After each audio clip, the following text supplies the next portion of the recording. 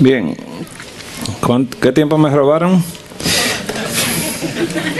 A mí me enseñaron un dicho católico que el que le roba al ladrón tiene 100 años de perdón. Pero es muy limitante el perdón. Bien.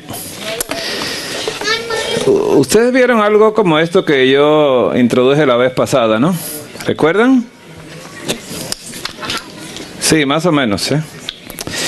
Vamos a amplificar un poquito esto ahora. Okay. Bien, esta mañana mencionamos algo de qué pasaba con el cerebro de cada uno de ellos, y más de los mentirosos. Pero cómo al introducir la mentira se pierde el entendimiento. Vamos a hablarlo de una manera ahora un poquito diferente.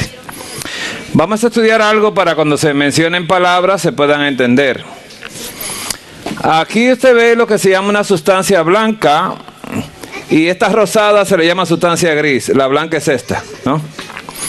¿De qué está compuesta la sustancia blanca? Bien, la gris está compuesta por las cabezas de las neuronas, pero las neuronas tienen como una patita bajando, ¿no? Lo llaman axones, y la sustancia blanca son axones. O sea, el cerebro de la neurona, y le manda información, y recuerde los astrocitos que tanto le gustaron al pastor, que son las que ayudan, ¿no?, a la mejor comunicación, esos ayudantes. Bien, esto es una neurona, y esta es la parte que está en la corteza cerebral, y esta es la parte que está en la sustancia blanca. Así que están todas las neuronas arriba y la sustancia blanca llevando la comunicación al resto. Pero ¿qué pasa? La sustancia blanca está formada por prolongación nerviosas, ¿no?, recubiertas de mielina, quiere decir la capa que cubre la neurona, de color claro debido a la mielina, a esa sustancia, más en el interior del cerebro, no en la corteza. En la médula dice tractos ascendentes y descendentes, o sea, ¿no?, dos caminos, y funciones de conexión son las funciones de ella. De la sustancia gris está formada por los cuerpos de las neuronas, o sea, la cabeza de ellas. Es de color más oscuro, dice, está más en la corteza, eso lo venimos diciendo, y en la médula, dice, celular, nerviosas y motoras sensoriales están ahí, y sus funciones es el procesamiento de información. Quiere decir, procesamos en la corteza, pero vamos a ver qué pasa con la otra sustancia, ¿no?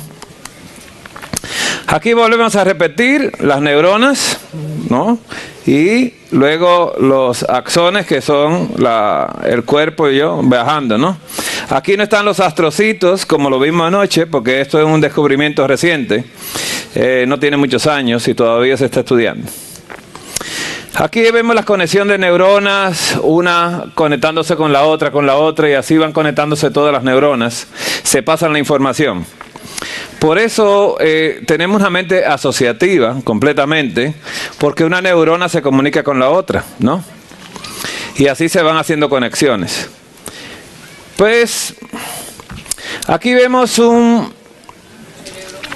una tomografía de la cabeza, una resonancia magnética, donde ve el tejido cerebral normal completamente, y de este lado tiene una sustancia blanca que se ve. ¿Qué desapareció ahí para que hubiese sustancia blanca? Las grises. Exacto. ¿Estamos bien? Bien. A esto solamente se le llamaba white matters. Esa era la palabra que se usaba. Dice, sustancia blanca. Y no se le dio importancia. Pero esto es muy característico de lo que vamos a explicar ahora, ¿no? Enfermedad de la sustancia blanca, como se llama. Esa es la enfermedad de la sustancia blanca. La enfermedad de la materia blanca es el desgaste del tejido de la parte más grande y profunda del cerebro, no de la corteza, ¿eh? Dice que incluyendo el envejecimiento la puede causar. Eso es cuestionable. Este tejido contiene millones de fibras nerviosas o patitas o axones que conectan con otras partes del cerebro y la médula espinal, que es la que tenemos en la espalda, y envían señales a los nervios para que se comuniquen entre sí. Un material graso llamado mielina protege las fibras y le da el color a la materia blanca. Ahora bien, la principal función de la sustancia blanca es la correcta transmisión de información cerebral. La correcta transmisión de esa información. Esta sustancia tiene una gran implicación a la hora de permitir al ser humano trasladar los pulsos electroquímicos emitidos por el cerebro al resto del cuerpo. ¿Cómo se hace eso? Bien, cuando se hace un electroencefalograma, ¿han visto personas que le ponen cables acá? ¿Ven? Y el especialista en esto se queda mirando al paciente porque hay una sonda que se tiene que ir moviendo, pero si el paciente movió una mano, entonces da un saltito y pone movió la mano. Si tragó, tragó, porque quieren registrar cada impulso que está ahí con lo que él está haciendo. Así que cuando usted se mueve, cuando mueve un pie, todo el electroencefalograma va leyendo y va diciendo, hizo esto, ¿no? Y eso solamente para ver, porque a veces hay ondas cuando el paciente no ha hecho nada, que es casi siempre en los pacientes epilépticos, que hay unos cortocircuitos completamente muy fuertes, ¿no? Entonces eso lo hacen para diferenciar una cosa de la otra. Entonces muchas enfermedades o lecciones y toxinas diferentes pueden provocar cambios en la materia blanca. Los médicos señalan los mismos problemas de los vasos sanguíneos. Ayer hablamos nosotros de la demencia vascular, ¿no? ¿Qué provocan los problemas cardíacos o accidentes cerebrovasculares? ¿Cuáles son? Presión alta, arterial alta por largo plazo, que no se cuidan las personas. Eso tiende a crear problemas en la sustancia blanca. Inflamación continua de los vasos sanguíneos, ¿no? El fumar, la diabetes, el colesterol alto, la enfermedad de Parkinson, la historia de accidente cerebrovascular y la genética también puede influir. ¿Hablamos de la genética esta mañana? La genética también influye en la sustancia blanca. Entonces, la materia blanca le ayuda a concentrarse y resolver problemas. También juega un papel importante en el estado de ánimo, la marcha y el equilibrio. Entonces, cuando algo anda mal, puede notar lo siguiente en esa sustancia. Dificultad para aprender o recordar nuevas cosas. Dificultades para resolver problemas, pensamiento lento. ¿Ah? ¿Oh? ¿He escuchado eso alguna vez?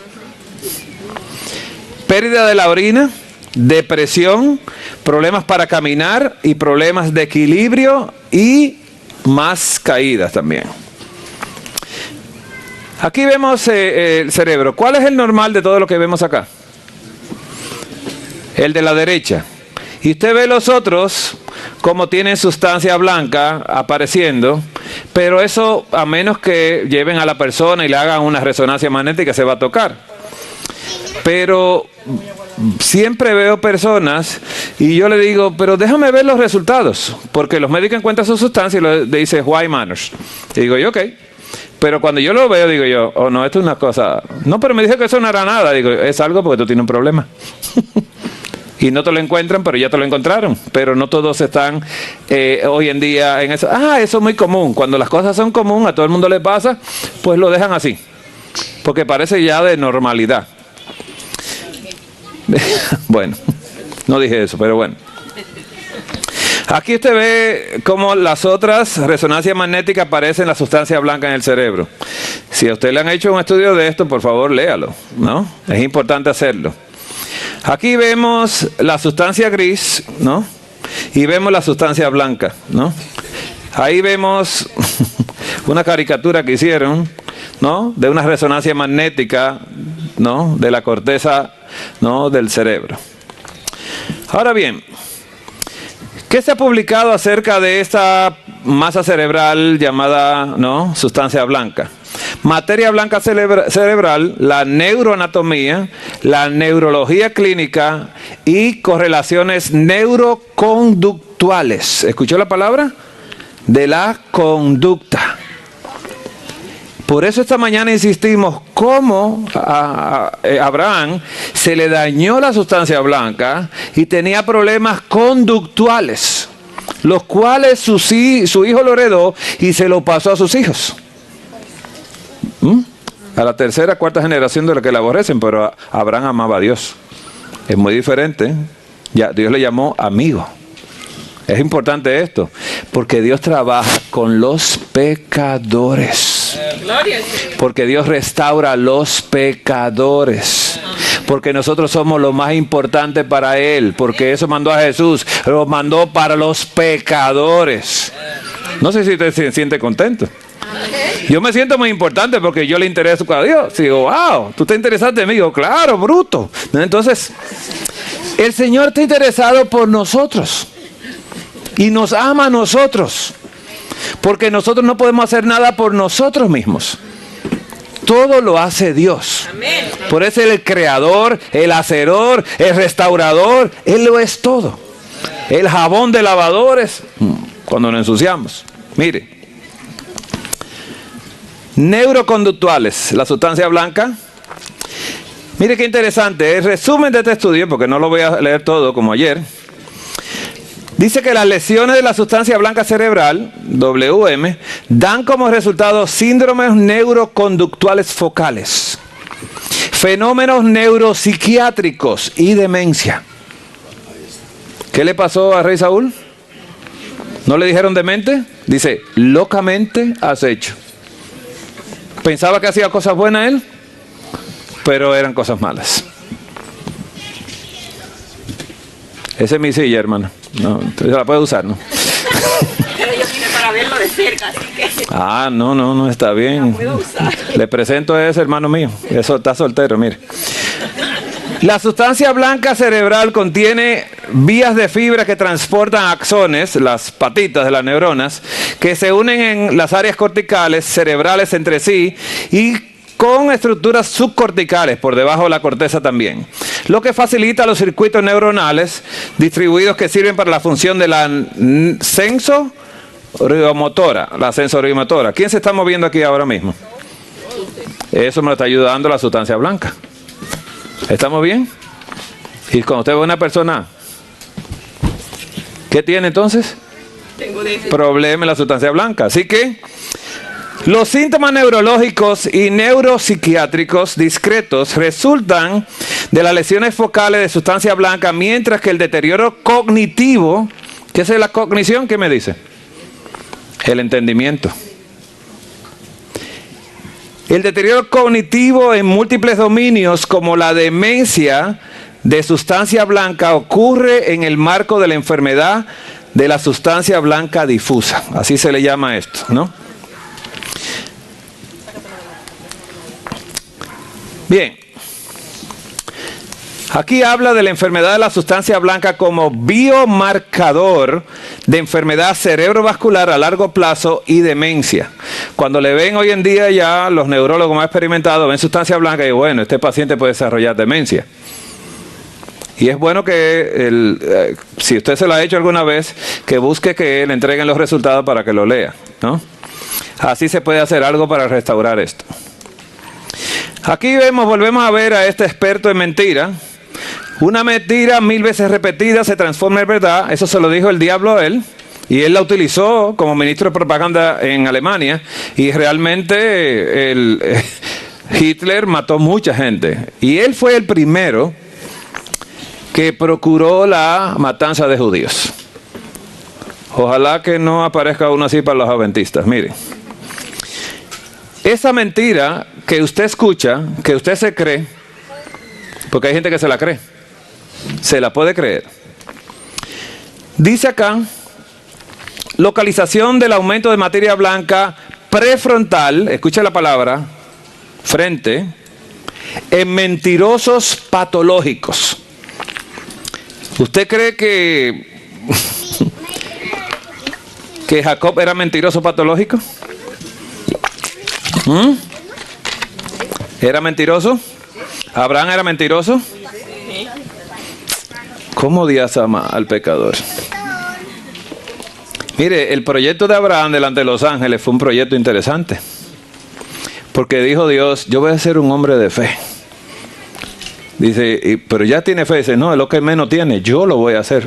Gloria al Señor. Y él hizo un hombre de fe de un hombre que no tenía fe. ¿No? ¿O sí? Sí. ¿Se rió de Dios Abraham? Sí. ¿Con la promesa? Sí. Donde no se rió fue cuando Sara fue que se rió y dice, tu esposa se rió y Abraham calladito, sí. Y dice, no me reí, usted se rió. Mentirosa. Ay, otra mentirosa. Le dijo a Dios mentiroso. Es feo esto, ¿eh? Esta sustancia blanca, hermanos.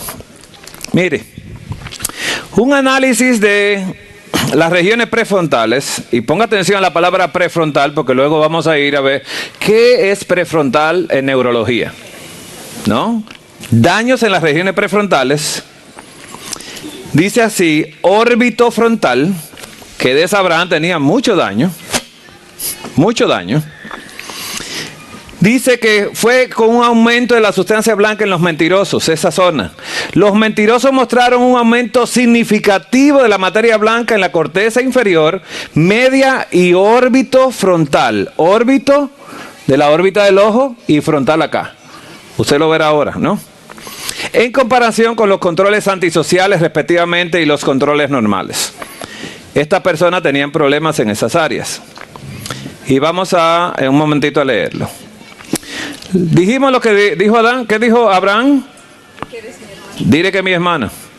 Estaba poniendo a Sara a mentir, ¿sí? Sí. ¿Y Sara consintió con la mentira? Sí. Pues eran dos mentirosos. Interesante. Y Abraham volvió a decirlo. Entonces era un mentiroso patológico. Qué interesante esto.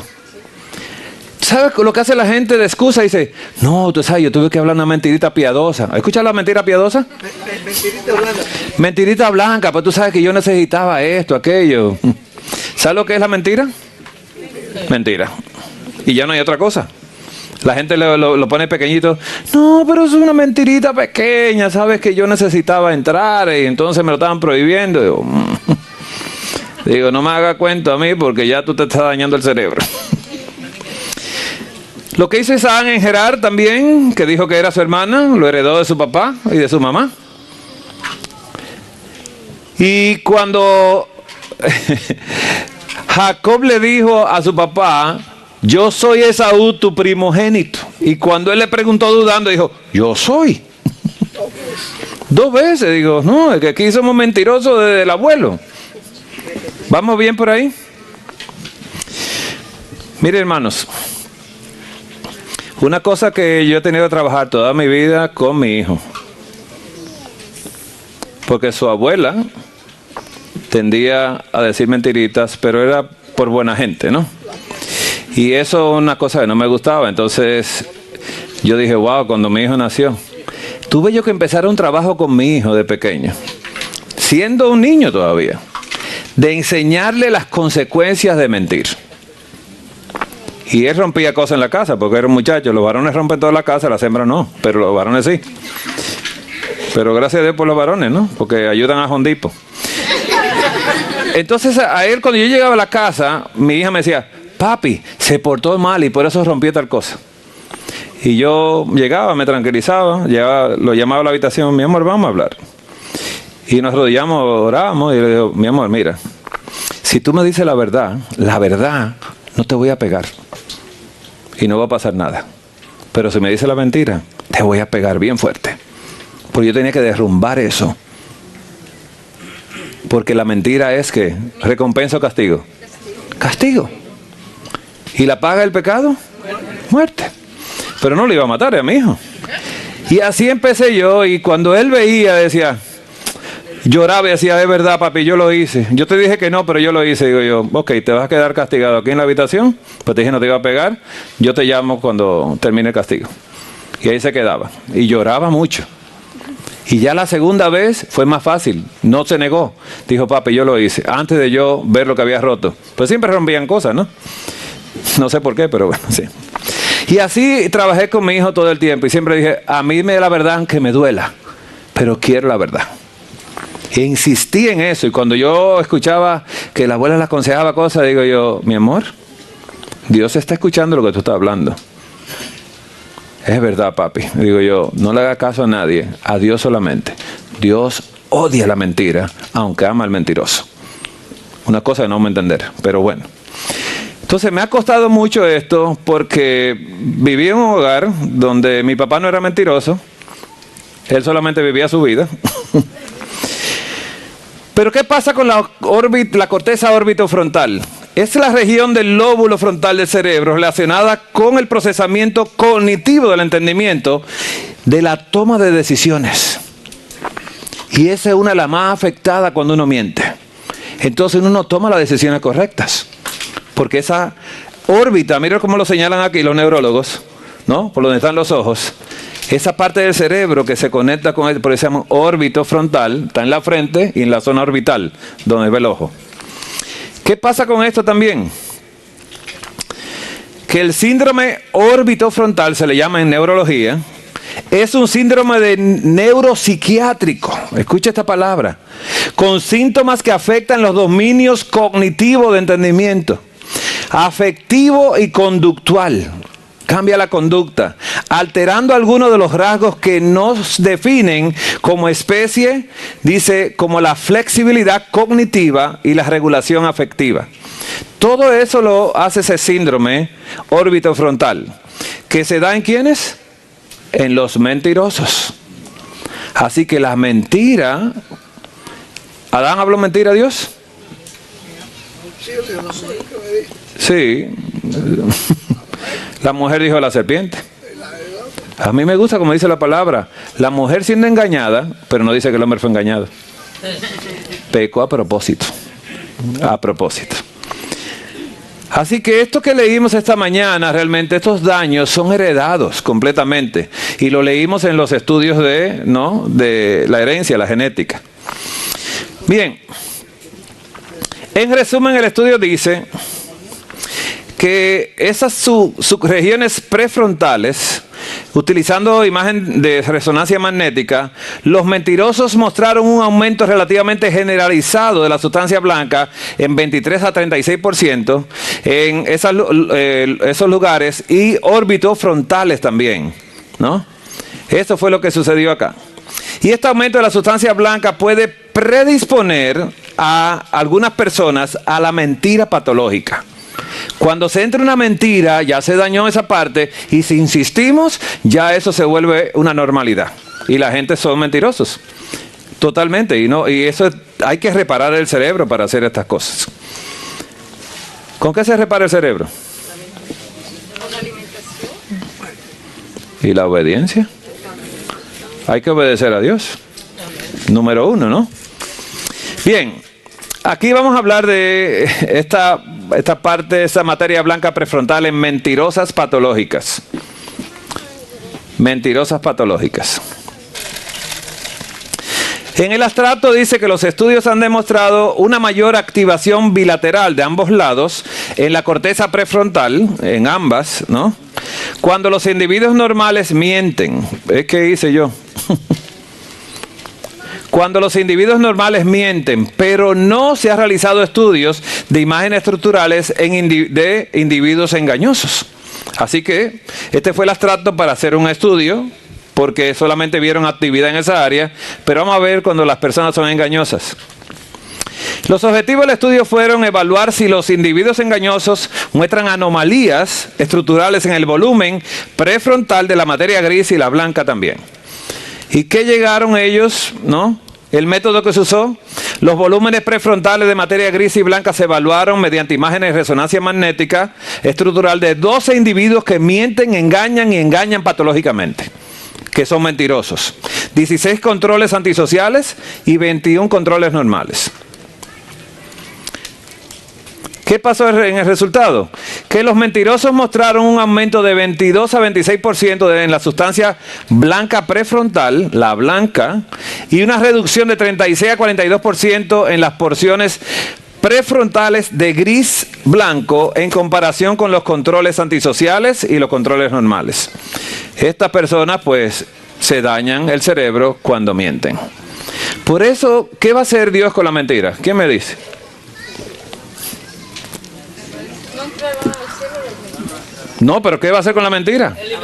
Eliminarla completamente, porque el padre de la mentira se llama Satanás. Y cuando usted le cree a Satanás, que él no se cree otra cosa, él sabe cómo dañar cerebros, y es haciendo que la gente mienta.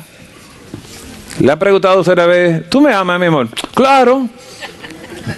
¿Eso fue bien? Usted le dice, claro que te amo, mi amor. Dice, pues sí se siente. Dice, claro, claro. Y la vecina también, ¿no? Usted no se imagina cuando personas, yo tengo muchos mentirosos como pacientes. Y es tremendo. Las conclusiones de esto es que estos hallazgos proporcionan la primera evidencia de un déficit cerebral estructural en los mentirosos. Implican a la corteza prefrontal como un componente importante, pero no el único. El circuito neuronal subyacente a la mentira proporcionan un correlato neurobiológico inicial de una personalidad engañosa. Esto es tremendo, hermanos. Ese déficit cerebral en un mentiroso. ¿Qué nosotros deseamos, hermano? Que nosotros vivamos la verdad. Yo siempre he sido muy franco. Y con Dios, cuando Dios me llamó, que fue una sorpresa, yo llegué a la casa con un dolor en mi corazón, diciendo, wow, yo percibí tanto amor sobre mí, que yo le dije lo mismo que le dije a mi esposa, que hoy en día, cuando fue mi novia. Y le dije a Dios lo mismo, le dije, mira, yo me he sentido tan bien, yo he sentido tanto amor en mí, pero yo me siento mal y te voy a decir una cosa, yo no te amo. Apenas te acabo de conocer, pero yo sé que si tú me ayudas, yo podré amarte de todo corazón, porque yo ni te veo, no te he escuchado. Solo sentí tu presencia y sé que eres tú. Nunca lo había sentido en mi vida. Cuando empecé con mi novia, en el año 84, ella me dice entonces, digo, somos novios, pero tú me quieres, digo, no, ni tú tampoco me quieres a mí. Pero yo creo que nosotros podemos sembrar el amor y podemos hacerlo crecer y yo no estoy jugando contigo. Y nos casamos el año 90 y hasta el día de hoy. Hasta se enamoró de mí. ¿Usted ha jugado con eso alguna vez? La corteza prefrontal, localización en el cerebro. La corteza prefrontal es una parte de la corteza cerebral perteneciendo al lóbulo frontal. Está dando la anatomía. Se trata de una área cerebral con gran tamaño, con una gran importancia a la hora de explicar el control conductual, la personalidad e incluso las capacidades de entendimiento o cognitivas. Eso es la corteza prefrontal. Volvemos a repetir, ¿no? Las funciones de esa corteza. ¿Cuál función tiene la corteza prefrontal? Funciones ejecutivas. Dentro de dichas funciones encontramos la capacidad de la anticipación. ¿Escuchó esa palabra? ¿Usted ha llegado a lugares donde usted anticipa lo que va a pasar? Usted dice, bueno, aquí me parece como que va a pasar tal cosa, ¿no? Usted hace anticipación. Eso lo hace la función de la corteza prefrontal. Si usted ve movimiento así como un poco raro, dice, bueno, aquí está pasando algo, y entonces empieza usted, la corteza prefrontal, a imaginarse, bueno, yo creo que tengo que moverme de acá, porque, ¿no? Cosas así, ¿no? ¿Usted ha visto personas que ahora, hoy en día, una tristeza, estaban golpeando a una señora en el aeropuerto, y pasan personas que quieren introducirse, y hay otro con el teléfono? ¿Qué está pasando con la corteza prefrontal? No está funcionando. Está mal, ¿verdad? Así hay muchas personas. Así que esas funciones, dentro de dichas funciones encontramos la capacidad de anticipación, la fijación de metas, hay que tener metas, y el inicio y mantenimiento de la acción. Lo que usted comience a hacer lo termina. ¿Ha escuchado esto alguna vez? Que empezamos cosas y las dejamos por mitad. La corteza prefrontal es la que hace eso, la termina. O sea, no solamente comienza, ¿no? La capacidad de planificación, la capacidad de base de memoria, la capacidad de modificar nuestras estrategias y de elaborar conceptos e ideas abstractas. Todo eso lo hace esa corteza prefrontal. ¿Usted cree que Albert Einstein tenía una buena corteza prefrontal? Leonardo da Vinci tenía buena corteza prefrontal, excelente. Imaginación, capacidad de ejecución, o sea, tenía todo. Esos son cerebros únicos, ¿no? Sí. Lo otro que tiene la corteza prefrontal es la atención, memoria y la inteligencia. La fijación de la atención o la memoria de trabajo, escucha esta palabra, también se encuentran mediadas por la corteza prefrontal, al igual que la capacidad cognitiva y de adaptación al medio. Usted no se puede imaginar cuando uno como médico está recibiendo entrevistas de trabajo, ¿cuántas preguntas le hacen? No se pueden imaginar. Y entonces uno que también sospecha, ¿no?, lo que están haciendo, que es evaluando a uno en todo. ¿Qué tú harías en un caso que pase esto y esto, pero tiene una complicación esta y la otra complicación? ¿Cuál tú harías primero? Entonces, ¿no?, lo cuestionan.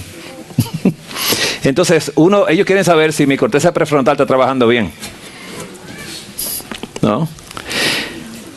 Esa es la atención, memoria e inteligencia, la corteza prefrontal, que es la que el enemigo quiere dañar en nosotros, ¿no?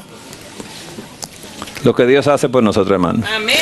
Lo otro es la conducta social, depende de la corteza prefrontal. Así que otra de las principales funciones de la parte prefrontal es el control de la conducta social.